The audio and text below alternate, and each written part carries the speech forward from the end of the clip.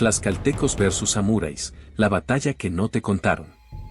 Antes de sumergirte en este mundo de misterios, regístrate y haz clic en la campanita, tu clic llevará esta curiosidad aún más lejos. Gracias por formar parte. Durante siglos, la historia oficial nos ha contado los grandes encuentros entre civilizaciones como si todo hubiera estado perfectamente registrado, perfectamente comprendido.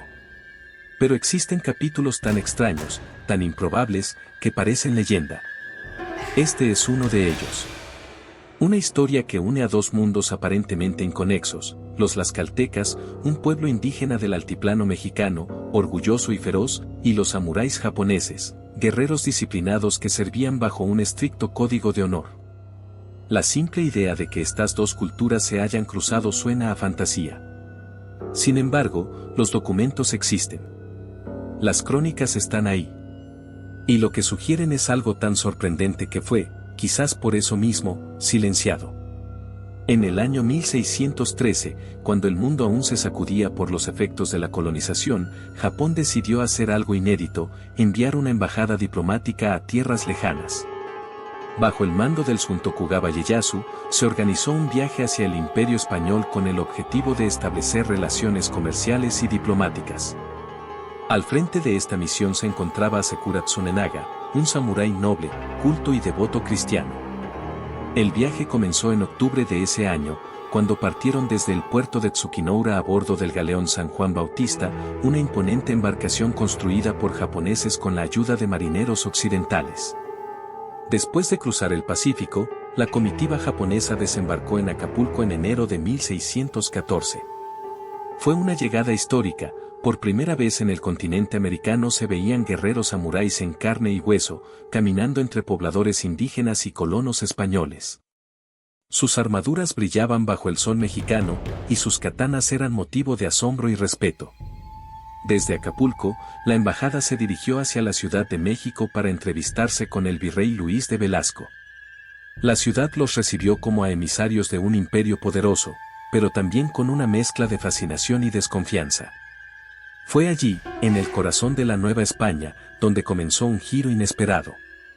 Algunos miembros de la delegación fueron enviados o decidieron visitar Tlaxcala, tierra de los tlaxcaltecas, quienes habían sido aliados fundamentales de los españoles durante la conquista del Imperio Mexica. Este pueblo era conocido por su valentía, su capacidad militar y su fidelidad a la corona española, a cambio de ciertos privilegios que los protegían de los abusos coloniales.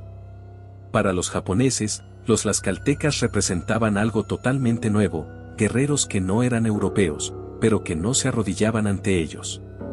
Existen registros que hablan de intercambios ceremoniales entre samuráis y nobles tlaxcaltecas. Regalos fueron ofrecidos. Palabras fueron traducidas con dificultad. Pero también se percibía algo en el ambiente, una tensión sutil, alimentada por la curiosidad mutua y por el orgullo de dos culturas profundamente marcadas por el honor. Los tlaxcaltecas no eran fáciles de impresionar. Habían luchado contra los mexicas, contra otras naciones indígenas, y luego se habían aliado con los españoles, sin perder su identidad. Los samuráis, por su parte, venían de un mundo donde la guerra era casi una forma de arte, donde morir por el deber era motivo de gloria. Lo que sucedió después es terreno resbaladizo para los historiadores. Existen documentos oficiales que detallan la ruta de la embajada, su paso por Veracruz, su partida hacia Europa. Pero también hay silencios. Silencios incómodos. Fragmentos que no cuadran. Hombres que desaparecen de los registros. Y es aquí donde surgen las preguntas. ¿Es cierto que algunos samuráis decidieron quedarse en Nueva España? ¿Hubo una deserción? ¿Y si esos hombres buscaron refugio en tierras indígenas? Algunas versiones, transmitidas oralmente durante generaciones en ciertas comunidades de Tlaxcala, hablan de extranjeros que no hablaban español, que vestían ropajes inusuales y que manejaban espadas diferentes. Guerreros que llegaron con los españoles pero que no eran como ellos. Según estas historias, su presencia no fue bien recibida por todos. Algunos los vieron como una amenaza, como intrusos que no obedecían las reglas del nuevo orden colonial. Otros sintieron curiosidad. Pero la convivencia, dicen, no duró mucho. Existe una teoría que ha sido explorada por historiadores alternativos y entusiastas de la historia olvidada, que entre los samuráis que se quedaron hubo un grupo que fue capturado por los tlaxcaltecas tras un conflicto menor, quizás un malentendido. Un choque de voluntades, de culturas, de formas de entender el honor. No hay detalles claros. Solo fragmentos, rumores, posibles códices ocultos. Algunos incluso se atreven a hablar de una breve escaramuza, un combate aislado que fue rápidamente silenciado por las autoridades para evitar escándalos diplomáticos con Japón. ¿Puede una batalla así haber ocurrido sin dejar rastro claro? En tiempos donde los escribas estaban al servicio del poder, y donde cualquier incidente que pudiera entorpecer relaciones internacionales era cuidadosamente borrado, sí. La posibilidad existe. Más aún si se considera que poco después de este viaje, Japón cerró sus puertas al mundo. El sakoku, o política de aislamiento, prohibió a los japoneses viajar al extranjero, bajo pena de muerte. El regreso de Hasekura fue amargo, su misión fracasó, el cristianismo fue perseguido, y él murió en el olvido. Pero si hubo samuráis que se quedaron atrás, que desaparecieron en los valles de Tlaxcala, tal vez la historia no terminó con su desaparición. Tal vez sus huellas quedaron en el mestizaje, en los rasgos de ciertas familias, en las espadas guardadas en templos rurales. O tal vez, en la memoria silenciada de un pueblo que fue testigo de algo tan extraño que nadie supo cómo contarlo. La historia de los tlaxcaltecos y los samuráis apenas comienza a emerger de la niebla. Y lo que se encuentra en sus márgenes es tan fascinante como inquietante. Porque en un mundo donde todo parecía separado por océanos y civilizaciones, dos pueblos guerreros cruzaron caminos en un momento improbable. Y lo que sucedió después, quizás, fue demasiado incómodo para ser recordado. La historia escrita por los vencedores suele eliminar los matices, los silencios, los episodios que no encajan con la narrativa triunfal. Y tal vez por eso, los nombres de los samuráis que caminaron por Tlaxcala se desvanecen entre líneas, y los documentos que alguna vez los mencionaron se deshicieron con el tiempo. Pero la memoria oral es más resistente que el papel. Y en los pueblos que rodean los antiguos caminos reales, aún se murmuran historias que no aparecen en los libros. Historias de hombres con ojos rasgados que no hablaban la lengua de los españoles, pero que portaban armas capaces de cortar el aire. Historias de caminantes que venían de otro lado del mundo y que, por alguna razón, decidieron quedarse. Para entender por qué algunos samuráis pudieron haber permanecido en tierras mexicanas, es necesario comprender el contexto de Japón en esa época. La embajada que Hasekura lideró en 1613 partió en un momento de tensión interna. El shogunato Tokugawa buscaba consolidar el poder y veía con desconfianza la creciente influencia del cristianismo traído por los misioneros europeos. Muchos samuráis, incluidos los de la delegación, eran conversos. Su fe, aunque profunda, los colocaba en una posición peligrosa. Cuando partieron, aún existía cierta tolerancia religiosa. Pero cuando quisieron volver, Japón ya había iniciado su aislamiento y las puertas estaban prácticamente cerradas. Convertirse en cristiano se había convertido en traición. Volver podía significar la muerte. Ante ese panorama, algunos miembros de la embajada comprendieron que su regreso era imposible. Algunos fueron acogidos por comunidades cristianas en México, otros, según rumores persistentes, buscaron protección entre pueblos indígenas. No por comodidad, sino por necesidad.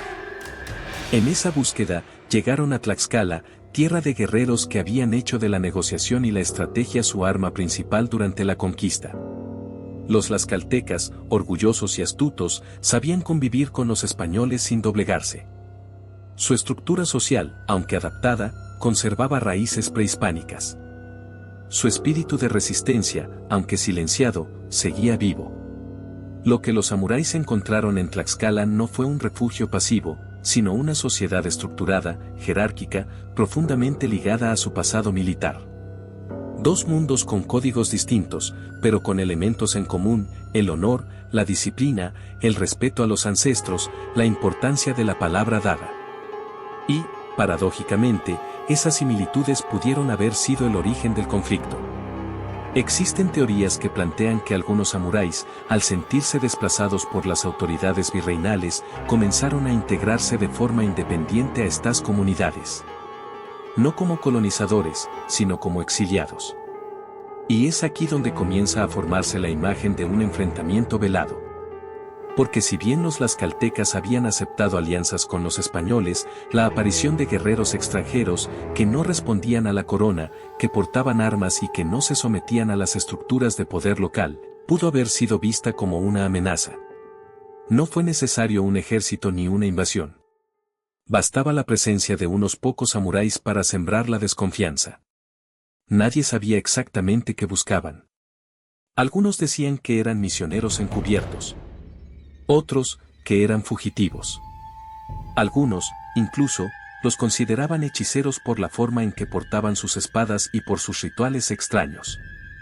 En una tierra marcada por siglos de guerras y traiciones, cualquier diferencia podía ser peligrosa. Las crónicas oficiales guardan silencio.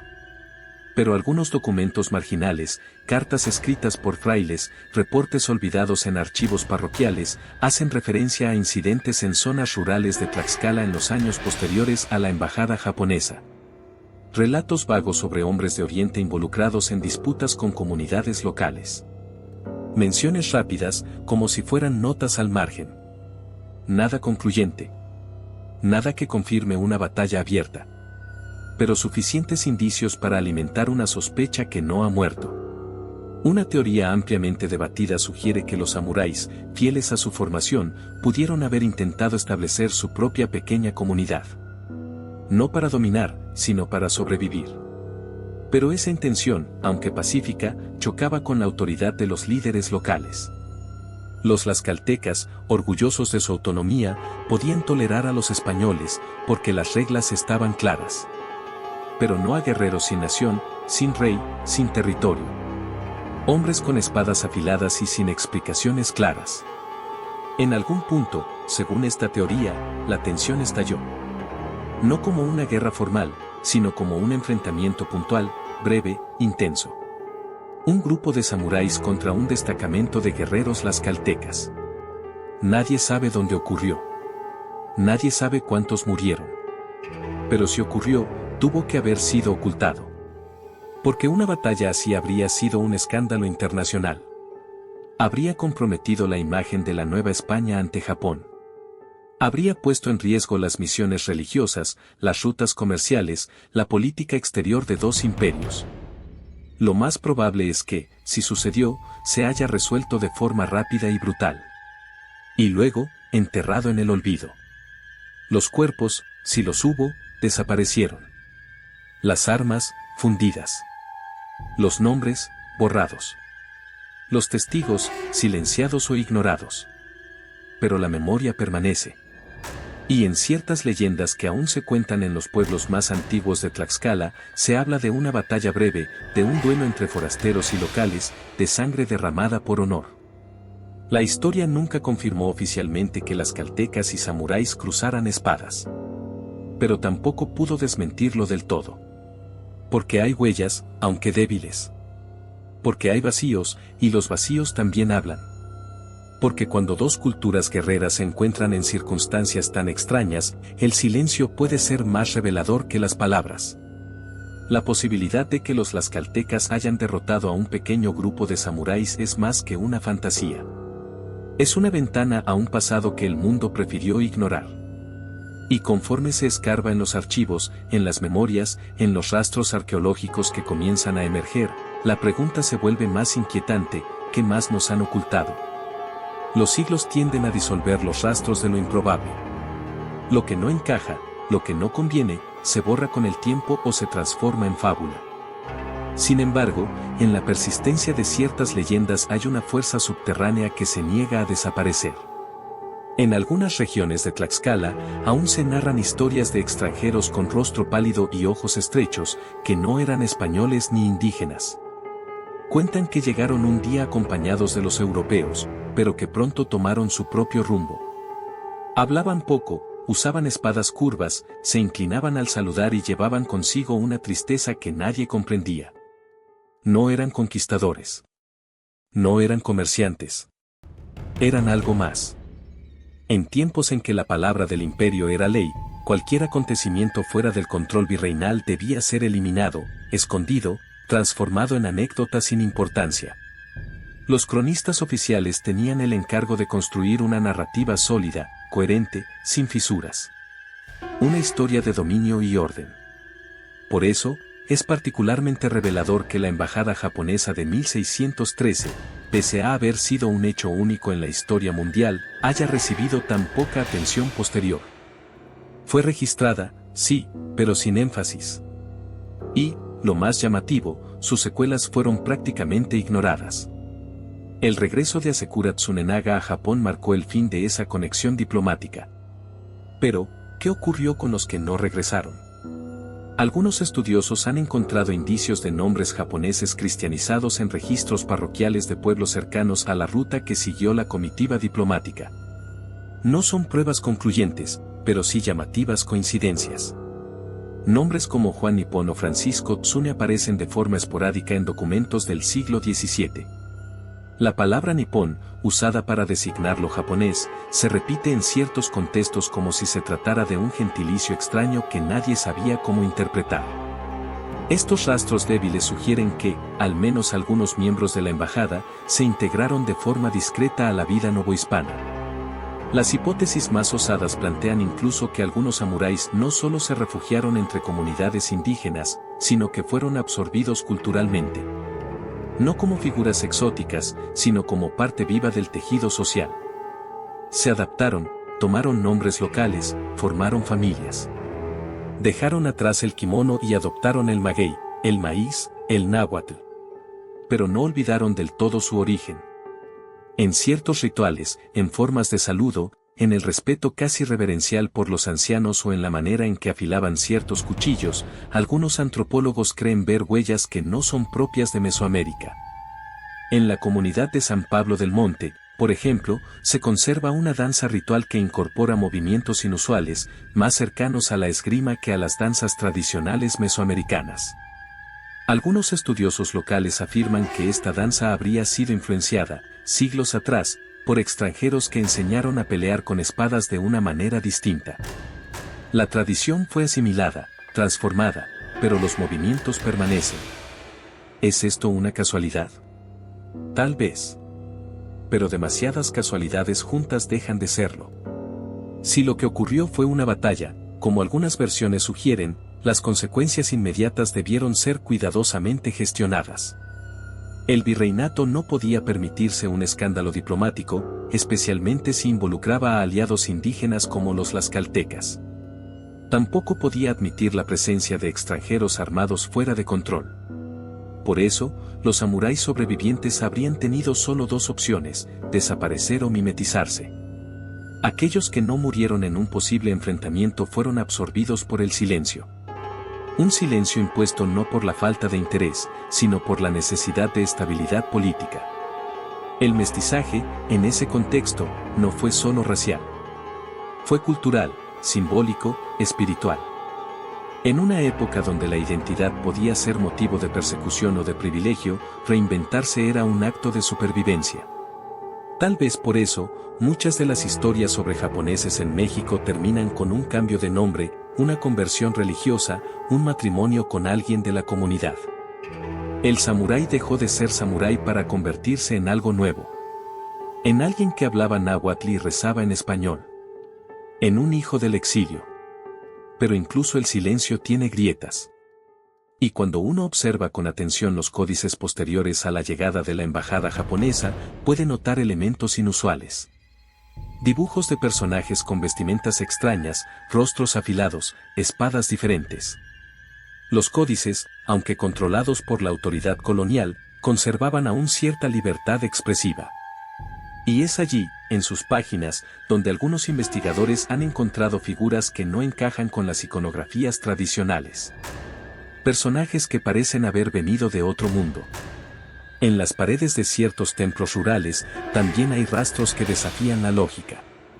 Pinturas murales con escenas que, aunque cristianas en apariencia, muestran personajes con rasgos orientales. En una iglesia de Tlaxcala, un fresco del siglo XVII representa a un soldado que lleva una espada curva y un casco que recuerda más a un kabuto japonés que a una armadura española. Es un detalle mínimo, escondido entre ángeles y demonios, pero claramente intencional. ¿Quién lo pintó? ¿Y por qué? No hay respuestas definitivas. Pero sí hay demasiadas preguntas. Y en cada una de ellas, una posibilidad. La posibilidad de que la historia entre los tlaxcaltecas y los samuráis no haya sido un simple episodio anecdótico, sino una verdadera colisión de mundos que quedó sumergida bajo siglos de olvido. Una historia que involucra migración, resistencia, adaptación y, quizás, redención. Lo que está claro es que los caminos de Japón y México se cruzaron en un momento improbable. Y aunque las consecuencias de ese cruce fueron enterradas por quienes escribieron la historia oficial, la tierra aún guarda ecos de lo que fue. Y mientras sigamos escarbando, esas voces olvidadas seguirán saliendo a la superficie, una por una. A principios del siglo XVII, el mundo se encontraba en un equilibrio precario. Europa expandía sus dominios más allá de los océanos, mientras Asia comenzaba a cerrarse para proteger sus tradiciones milenarias. Japón, después de siglos de guerras internas, había alcanzado cierta estabilidad bajo el shogunato Tokugawa. Pero esa paz interna vino acompañada de una sospecha creciente hacia lo extranjero, especialmente hacia el cristianismo y sus vínculos con las potencias europeas. En este contexto, la embajada de Hasekura Tsunenaga representaba un intento audaz y posiblemente el último de abrir una puerta diplomática antes de que el archipiélago japonés se encerrara en sí mismo durante más de 2 siglos. Cuando la comitiva de samuráis partió hacia América en 1613, lo hicieron con la bendición del Shun, pero también bajo una nube de incertidumbre. Muchos de ellos eran cristianos, conversos por misioneros europeos que habían evangelizado Japón en décadas anteriores. Su fe, que antes fue tolerada, ahora era perseguida con creciente violencia. Para algunos de estos hombres, el viaje hacia el otro lado del mundo era no solo una misión diplomática, sino una posible salvación. Tal vez sabían, incluso antes de zarpar, que no habría camino de regreso. Una vez en Nueva España, los japoneses fueron recibidos con curiosidad y respeto, pero también con cautela. La presencia de guerreros de una cultura tan distante no era un espectáculo cotidiano, y mucho menos en tierras coloniales que ya estaban tensas por conflictos internos entre pueblos indígenas, colonos y la autoridad española. Cualquier elemento desestabilizador era observado con atención, y aunque la embajada fue tratada con cortesía oficial, no todos los miembros de la comitiva fueron considerados valiosos por igual.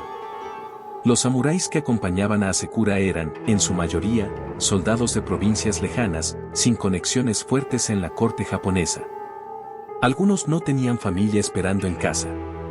Otros sabían que, al volver, podrían ser considerados traidores o herejes. Por eso, la decisión de quedarse en América no fue tomada a la ligera, pero tampoco fue absurda. Para ellos, desaparecer era preferible a enfrentar la muerte en su tierra natal por haber abrazado una fe prohibida. Lo que ocurrió con esos hombres que optaron por el exilio ha sido objeto de debate durante generaciones. En el mejor de los casos, se perdieron en los archivos coloniales como simples nombres. En el peor, fueron eliminados de la historia para evitar escándalos diplomáticos. Lo cierto es que, poco después de su partida, Japón cerró completamente sus fronteras al mundo exterior. La política del Sakoku convirtió al país en una fortaleza hermética. Se prohibió a los japoneses viajar al extranjero. Se castigó con la muerte a quienes intentaran regresar tras haber salido. Y toda conexión con el cristianismo fue severamente castigada. En ese clima de represión, cualquier intento por recuperar a los samuráis extraviados fue abandonado. La embajada de Hasekura quedó reducida a una curiosidad en los registros españoles y a una nota al pie en los libros japoneses. Sin embargo, los ecos de aquel encuentro siguieron vivos en América, ocultos bajo nombres cambiados, apellidos deformados por la fonética local y costumbres que parecían ajenas al paisaje mesoamericano. Tlaxcala, en ese tiempo, era una región de vital importancia para la administración virreinal. Sus líderes indígenas, aunque subordinados al poder español, mantenían una autonomía considerable y una estructura de gobierno compleja. Era una sociedad híbrida, que combinaba tradiciones prehispánicas con instituciones coloniales. Los tlaxcaltecas, expertos en la diplomacia y la estrategia, sabían distinguir entre aliados y amenazas. Y aunque habían aceptado convivir con los españoles, no eran ingenuos. Si los samuráis llegaron a instalarse entre ellos sin autorización, si comenzaron a actuar por fuera de los cauces oficiales, es comprensible que hayan despertado inquietudes. El código de honor samurái, el bushi, dictaba una conducta estricta. Lealtad, valentía, rectitud, respeto, compasión, honor y autocontrol eran sus pilares. Sin embargo, en un territorio extranjero, rodeados de culturas desconocidas y alejados de todo lo que conocían, esos valores podían transformarse en rigidez, en aislamiento, en incomprensión. Algunos relatos sugieren que ciertos samuráis intentaron mantener sus costumbres de forma estricta, lo que chocó con las prácticas locales. Otros, al parecer, comenzaron a involucrarse con la comunidad, generando celos, rumores y conflictos. Lo que es innegable es que el contacto entre estas dos culturas, tan diferentes y tan semejantes en su estructura guerrera, fue un punto de fricción. El orgullo tlaxcalteca no aceptaba interferencias externas. El orgullo samurái no aceptaba sumisión. Y en algún momento, ese cruce de códigos pudo haber derivado en un enfrentamiento que, por su brevedad o por su escándalo potencial, nunca fue registrado oficialmente. Los documentos disponibles hoy son fragmentarios. Algunos informes de clérigos mencionan la presencia de extranjeros extraños, otros relatan incidentes aislados de violencia en pueblos cercanos. Las coincidencias abundan, pero las pruebas directas son escasas. Esto, en parte, se debe al control férreo que la corona española ejercía sobre la información. Todo lo que pudiera generar inquietud o cuestionar la autoridad era suprimido. Las imprentas eran censuradas. Los cronistas, cuidadosamente elegidos. La historia oficial debía ser clara, ordenada, sin contradicciones. En este contexto, resulta comprensible que cualquier indicio de un conflicto entre samuráis desertores y guerreros tlaxcaltecas haya sido eliminado. No solo por el bien de las relaciones exteriores, sino también para evitar que se glorificara la desobediencia o la insubordinación.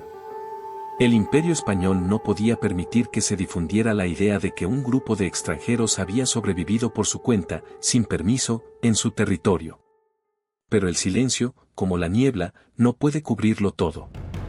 Y a medida que los investigadores excavan en los archivos olvidados, que los arqueólogos encuentran piezas inesperadas, que los antropólogos escuchan las voces de las comunidades, la verdad comienza a tomar forma. No como una certeza absoluta, sino como una posibilidad inquietante. La historia de los tlaxcaltecas y los samuráis no es una invención romántica. Es un cruce de caminos, una herida abierta en el tiempo que nunca terminó de cerrarse. Lo que comenzó como una misión diplomática terminó como un misterio enterrado bajo siglos de polvo.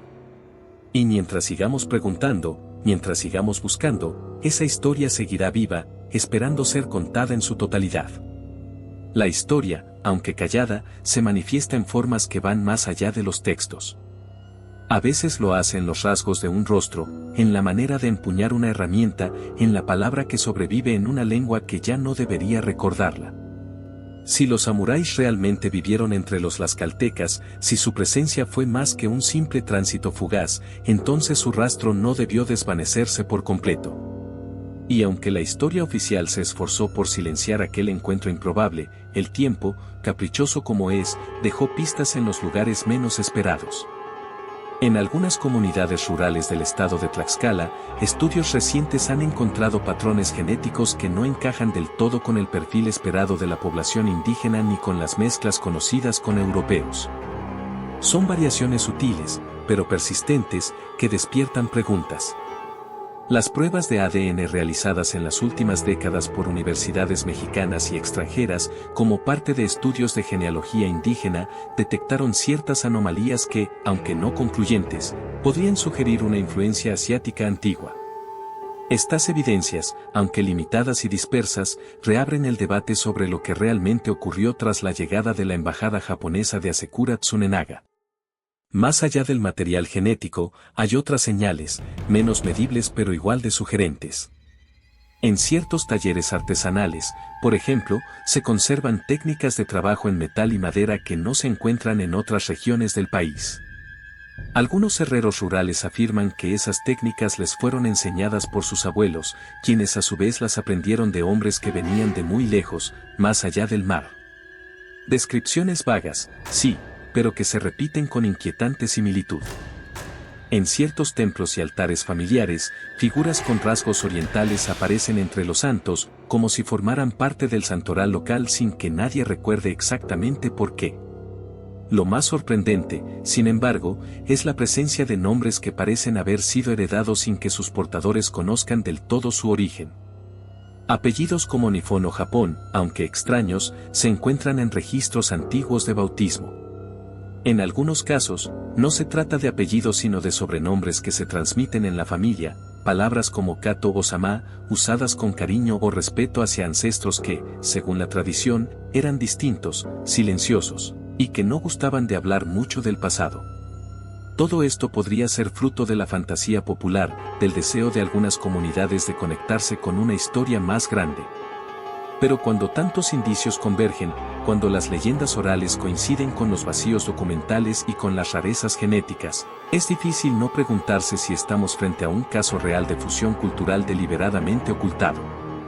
Uno de los testimonios más curiosos proviene de una crónica religiosa de mediados del siglo XVIII, escrita por un misionero franciscano que trabajó en la región de Tlaxcala. En ella, menciona de forma casual la existencia de una familia de costumbres extrañas, muy devota pero poco comunicativa, que se negaba a comer carne ciertos días del mes lunar y que tenía una forma distinta de rezar. El fraile asumía que era alguna herejía indígena mal disimulada, pero su descripción coincide con prácticas de meditación propias del budismo, no del pensamiento mesoamericano ni europeo. ¿Cómo llegó eso hasta ahí? ¿Y por qué nadie más lo documentó? Si los samuráis encontraron en Tlaxcala un refugio, entonces ese refugio fue también un acto de resistencia. Resistieron a la marginación, al olvido, a la muerte política que significaba no pertenecer ni aquí ni allá. Y los tlaxcaltecas, al permitir su presencia, también desafiaron las imposiciones del virreinato, protegieron a forasteros por fuera del marco legal, por fuera del control imperial. Es probable que algunos miembros de la nobleza tlaxcalteca hayan visto en los samuráis no una amenaza, sino un espejo.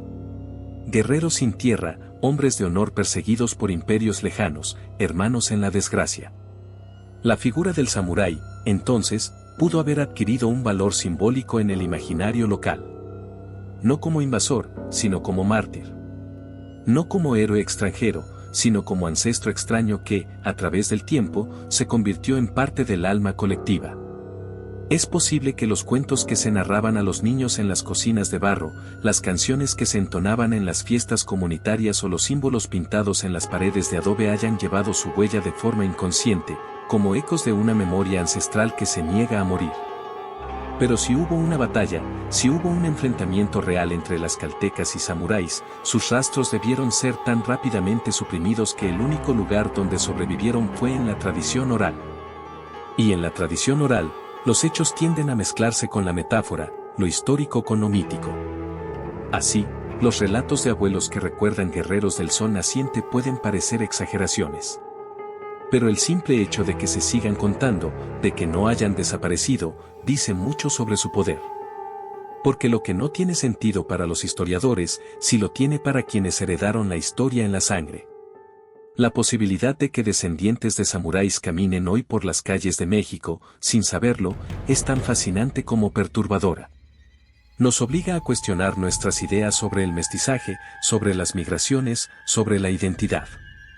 Nos recuerda que la historia no es una línea recta, sino una red caótica de encuentros, rupturas y silencios. Y que en esa red, a veces, dos mundos que nunca debieron cruzarse se tocan por un instante, y cambian para siempre. En Tlaxcala, aún hay quienes aseguran que sus antepasados no venían de estas tierras. Que llegaron del este, guiados por las estrellas, perseguidos por su fe, armados con espadas que jamás se oxidaban. Que hablaban poco, pero observaban todo. Y que, al morir, pidieron ser enterrados mirando al mar. No hay tumbas, no hay lápidas, no hay inscripciones. Solo el recuerdo persistente de una historia que no debía contarse y que sin embargo sigue viva. A lo largo de los siglos, cada imperio ha perfeccionado su manera de borrar lo que le incomoda. A veces lo hace con fuego, otras con tinta y otras simplemente con el silencio. En la Nueva España del siglo XVII, el poder de la Iglesia y el Estado era absoluto y nada escapaba a su vigilancia. Los registros parroquiales eran la fuente principal de documentación civil.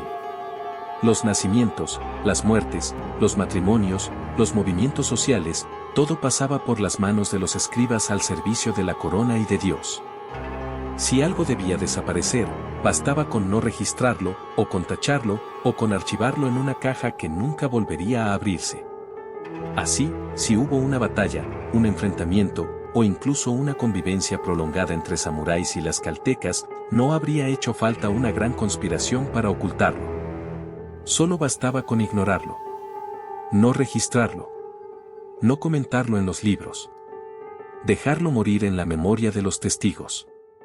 Y eso fue precisamente lo que ocurrió. Pero lo que no fue escrito de forma oficial, sobrevivió en los márgenes, en las cartas personales de frailes, en las pinturas ingenuas de las capillas rurales, en las crónicas manuscritas que nunca fueron publicadas. Vestigios que los historiadores tradicionales rechazaron durante décadas por carecer de rigurosidad. Sin embargo, en su acumulación, estos fragmentos adquieren un peso que ya no puede ser ignorado. Uno de los documentos más inquietantes fue descubierto en el Archivo Eclesiástico de Puebla a finales del siglo XX.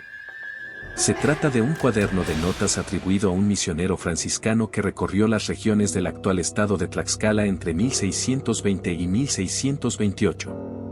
El cuaderno, escrito en latín y en un castellano arcaico, contiene descripciones de pueblos, costumbres, ceremonias y, curiosamente, una anotación extraña. El fraile menciona haber sido testigo de una ceremonia funeraria no cristiana celebrada en secreto por indígenas y extranjeros de mirada severa que portaban armas curvas y brillantes. Asegura que la ceremonia se realizó en la noche, sin autorización eclesiástica, y que los participantes se retiraron al bosque tras enterrar al difunto de espaldas al sol. El fraile concluye con una nota lapidaria: no se ha de escribir más de esto. No conviene. Ese no conviene es, en sí mismo, una puerta a lo oculto. Porque cuando la historia oficial dice que algo no debe escribirse, es precisamente ahí donde se encuentra la verdad que nos fue negada. A lo largo del siglo XVIII, conforme las reformas borbónicas transformaban la administración de la Nueva España, muchos de esos documentos fueron destruidos. Archivos enteros fueron reorganizados, templos fueron reconstruidos, y toda evidencia de prácticas irregulares fue depurada en nombre de la razón ilustrada y la ortodoxia religiosa. Sin embargo, las ruinas hablan. En una pequeña iglesia de San Miguel Tenancingo, en el corazón de Tlaxcala, los restauradores encontraron bajo capas de pintura barroca un mural más antiguo, cubierto intencionalmente. Lo que revelaron fue una escena extraña: hombres arrodillados, no ante una cruz, sino ante una figura que empuñaba una katana, con vestimenta y peinado que no pertenecían ni a indígenas ni a españoles. Aunque los expertos no se ponen de acuerdo sobre su origen, algunos afirman que es la representación más clara hasta ahora de un samurái en contexto litúrgico mesoamericano. Una imagen que no debía haber existido, pero que sobrevivió por accidente. Este tipo de hallazgos plantea una pregunta cada vez más difícil de evitar: ¿cuánta historia hemos perdido por decisión política o religiosa? ¿Cuántas veces la realidad fue tan incómoda que se optó por reescribirla?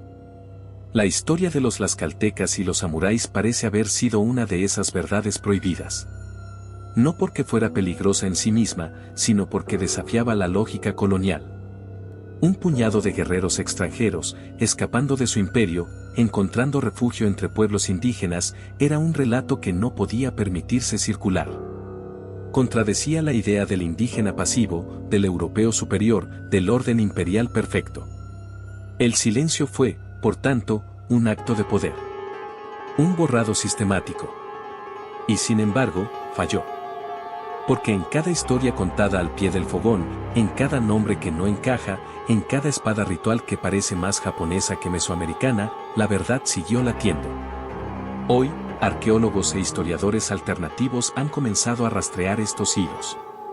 Las rutas seguidas por la embajada de Asekura están siendo reevaluadas. Los códices del siglo XVII son analizados con nuevas técnicas. Incluso la lingüística está aportando nuevas pistas. Ciertas palabras del náhuatl colonial parecen tener equivalentes fonéticos curiosamente similares al japonés antiguo, especialmente en términos ligados a la disciplina, el combate y la espiritualidad. Coincidencia o huella, nadie lo sabe con certeza. Pero quizás la evidencia más poderosa no esté en los archivos ni en las ruinas, sino en la propia gente. En las historias que abuelas tlaxcaltecas siguen contando a sus nietos sobre hombres que venían de lejos, que caminaban en silencio, que enseñaban a pelear con palos largos y que desaparecieron una noche sin dejar rastro. En los bailes rituales que conservan pasos que no tienen paralelo en el folclore mesoamericano. En los talleres de herrería donde aún se forjan cuchillos con filos curvos y nombres que nadie sabe traducir. Porque cuando una cultura se cruza con otra, aunque sea por un instante, ambas se transforman. Y esa transformación no puede ser deshecha por decreto. Puede ser ocultada, sí. Puede ser olvidada por generaciones. Pero no puede ser eliminada por completo. El alma de un pueblo, como la memoria de un ancestro, encuentra siempre el modo de regresar. Y a veces lo hace en los lugares más humildes, en una danza, en una oración, en un tatuaje ancestral que no debería existir. La batalla que no nos contaron tal vez no fue una guerra en el sentido clásico. Tal vez fue una lucha por sobrevivir en un mundo que no tenía lugar para lo diferente. Una resistencia silenciosa. Una historia de exiliados, de acogida, de conflicto y de integración. Pero también de dignidad. Porque detrás del silencio impuesto, quedó la dignidad de dos pueblos que, aún desde sus diferencias, se reconocieron como iguales. Y esa dignidad, esa chispa fugaz en la historia de la humanidad, aún nos habla, aunque sea desde el fondo del olvido.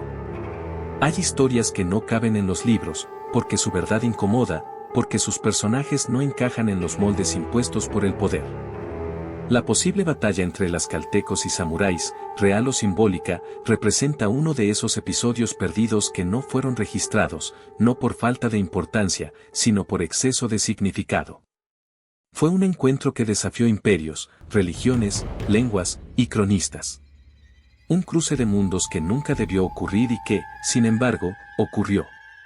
Los siglos han pasado, y sin embargo, la pregunta sigue viva. ¿Quiénes eran realmente esos hombres que llegaron desde el otro lado del mundo? ¿Qué buscaban al cruzar medio planeta, al atravesar selvas, desiertos y montañas, al llegar a una tierra en la que nadie hablaba su idioma? ¿Qué esperanza puede haber impulsado a un samurái a abandonar su patria para siempre? ¿Y por qué, al pisar suelo tlaxcalteca, decidieron quedarse, arriesgándose al anonimato, al olvido, a la desaparición?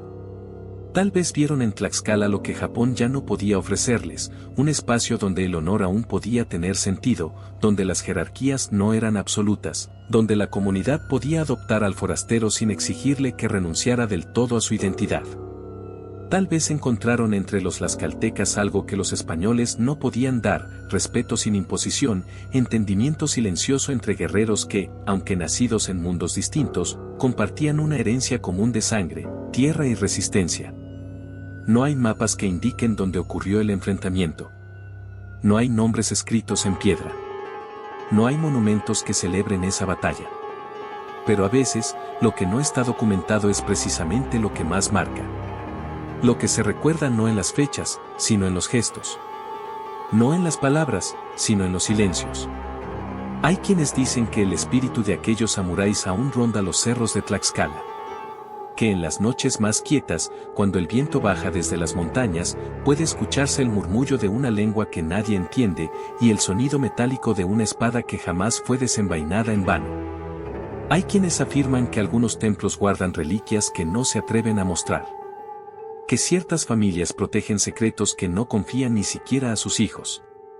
Que la historia no se perdió, solo se escondió, esperando el momento de ser revelada. Tal vez nunca sabremos con certeza cuántos fueron, qué ocurrió exactamente o cómo terminó. Pero la duda, esa semilla que desafía al dogma, ya ha sido plantada. Y crecerá. Porque hay demasiadas coincidencias para seguir creyendo que fue solo una visita diplomática sin consecuencias. Porque la historia de los pueblos no se construye solo con documentos firmados, sino con la persistencia de una memoria colectiva que se niega a morir. Y si miramos con atención, esa memoria nos habla.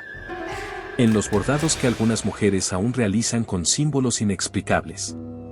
En las formas curvas de ciertos cuchillos que no responden al patrón español ni indígena. En las ceremonias del Día de Muertos que incorporan figuras que no pertenecen a ninguna iconografía europea. En las danzas, en los rezos, en los silencios que los abuelos interrumpen justo cuando las historias se vuelven demasiado verdaderas. Porque el silencio, al final, no fue suficiente. No pudo borrar lo que fue vivido, sentido, amado, temido. No pudo apagar del todo la llama que encendieron aquellos hombres de ojos rasgados, corazones heridos y espadas limpias. Hombres que tal vez murieron en batalla, tal vez envejecieron en paz, tal vez se diluyeron en la sangre mestiza de un pueblo que ya era mezcla antes de que ellos llegaran. Pero que, de alguna forma, siguen aquí. Esta historia, que no aparece en los libros de texto, que no se enseña en las escuelas, que no fue contada por los vencedores, es también parte de lo que somos. Un eco de lo que pudo ser y no fue. Un recordatorio de que el mundo es más grande, más complejo, más maravilloso de lo que nos permitieron imaginar. Hoy, cuando los descendientes de ambos mundos caminan sin saberlo por las mismas calles, cuando los tambores mexicas y los tambores taiko resuenan en festivales que intentan reconstruir lazos perdidos, entendemos que nada fue en vano. Que aquel encuentro, efímero pero profundo, dejó huellas en la historia, en la cultura, en la carne. Las caltecas y samuráis. Dos pueblos que enfrentaron imperios. Dos culturas forjadas en la disciplina, en la guerra, en el honor. Dos caminos que se cruzaron en el momento más improbable y que, aunque ocultados por siglos, siguen latiendo en el corazón de México. Porque la historia, por más que se la intente enterrar, siempre encuentra una forma de volver. Y esta vez, volvió para quedarse. Si te gustó esta curiosidad, deja un comentario y comparte este video para que más personas puedan descubrir más sobre los misterios del mundo. Gracias por acompañarnos y nos vemos en la próxima curiosidad.